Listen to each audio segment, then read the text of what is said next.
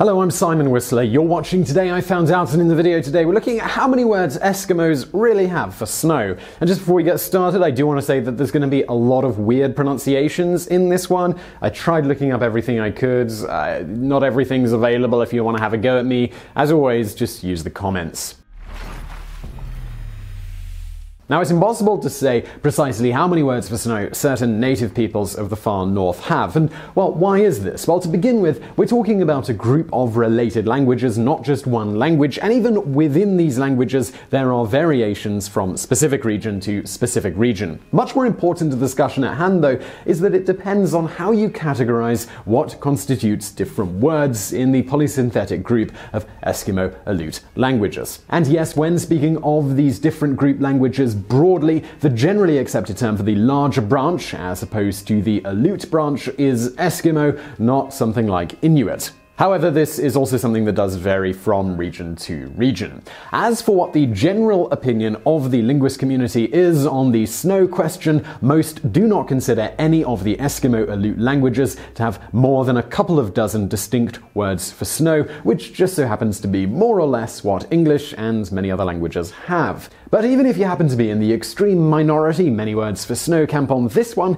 it would always be incorrect to affix any specific number here, because the number of technically valid word constructions for snow in any of the Eskimo-Aleut languages is limited only by the speaker's imagination. Confused yet? Well, do keep watching, because explanations are ahead. All of these languages, with Yupik and Inuit being the best known, are polysynthetic. This means that new words are formed by starting with a base word and then adding sometimes numerous suffixes, often called postbases. For example, the Siberian Yupik word for boat, angya, is a base word to which many suffixes can be added to give totally different meanings. For example, and this is an absolute guess, angyag hlang yuk tuklu, and this means, what's more, he wants a bigger boat. Now, some consider the two preceding boat-related strings of letters as separate words, while the vast majority of linguists classify only the first as a distinct word, with the second, at least in this specific example, more like a sentence. To make it even more clear, let's look at an Inuktitut word. And I'm not going to even try and pronounce this one, but it looks like this. And in English, we'd translate that to I can't hear very well. Another example from a comparative manual of affixes for the Inuit dialects by Michael Fortescue is the Kalaallisut word, and again, I'm not going to try and pronounce this one, but it looks like this.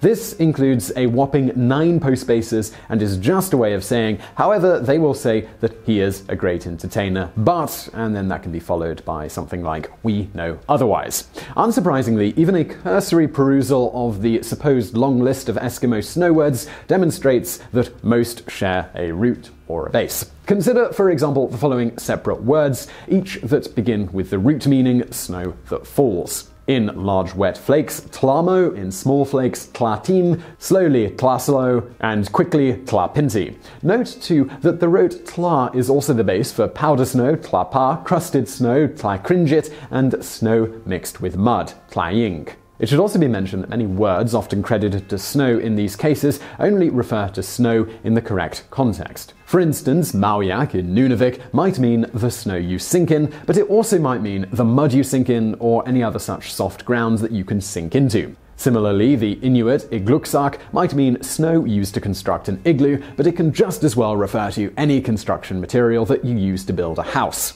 Thus, it could refer to something like wood or stone or even nails and drywall. Despite all of this, many an article will posit that Eskimos have hundreds of words for snow and will include these and other similar terms on the snow ledger simply because they refer to snow in the right context. So while you might hear from those supporting the many words for snow stance that the Inuit dialect of Nunavik in Canada has 53 words for snow and the Central Siberian Yupik language has at least 40 words for snow, in truth, both languages could come up with an unbounded number of words related to snow, not unlike how in English you could come up with an unbounded number of sentences or phrases that describe something to do with snow. The The commonly touted rationalization for why these various northern groups supposedly have so many words for frozen water is that many things related to snow are life and death for them, so they need these singular words to convey a lot of meaning without bothering with full sentences. But as you might have guessed if you've been paying attention, there's nothing particularly unique about snow in these languages. A similarly unbounded number of words can be constructed to describe pretty much anything from coffee to suntan lotion if one put their mind to it. The point here is that contrary to what is often said when this fact is brought up, these languages do not have any superior descriptive ability when speaking of snow than most other languages. For instance, in English we might just use a noun phrase or the like instead of building up a singular word with postbases. As for how many core words some of these languages actually have for snow,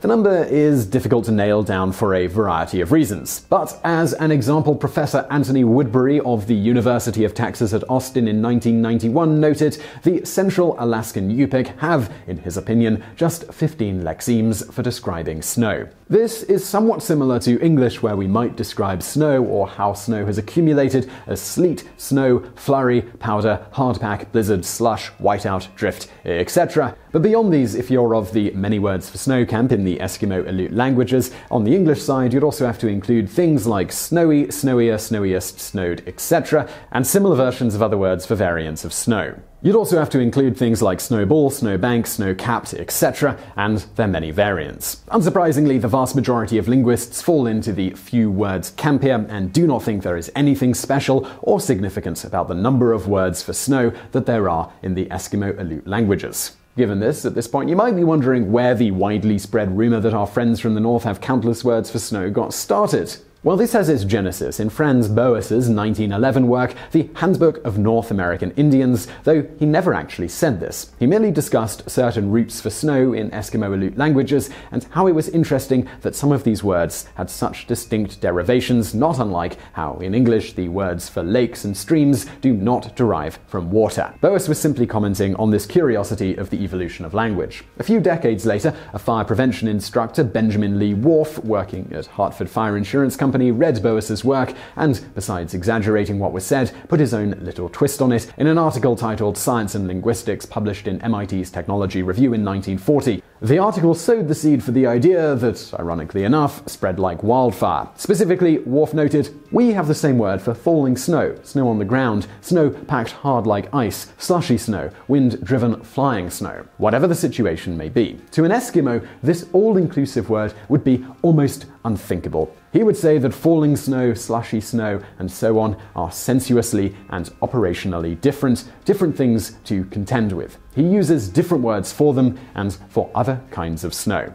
Beyond the obvious problems with his characterization of the number of distinct words English has for various types of snow and snowfall, his leap that a so-called Eskimo would find a supposed single term for snow to be used whatever the situation is almost unthinkable, isn't correct and isn't in the slightest bit supported by Boas's 1911 work, which was his source. And in a way, this proves that, as always, Mr. Worf's opinion is always wrong.